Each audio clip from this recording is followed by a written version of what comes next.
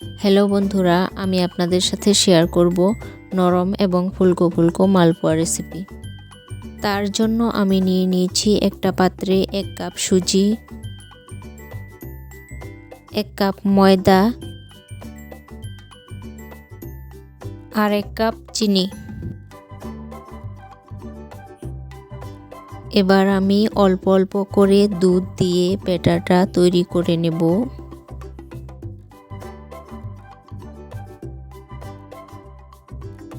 এখন এটাকে 30 মিনিট রেস্টে রেখে দেব।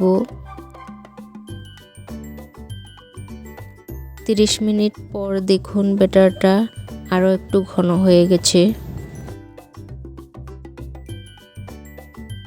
এবার আমি ঘি দিয়ে মিশিয়ে নিয়ে ব্যাটারটা ভালোভাবে তৈরি করে নিলাম। এরপর একটা গ্লাসে ব্যাটারটা তুলে নিয়ে গরম তেলে দিয়ে দেব। দেখুন আপনারা মালপোয়াগুলো বলের মতো ফুলে যাচ্ছে। এক পিঠ হয়ে গেলে উল্টে দেব। ভাজা হয়ে গেলে তুলে নিচ্ছি। একইভাবে সবগুলো মালপোয়া ভেজে নেব।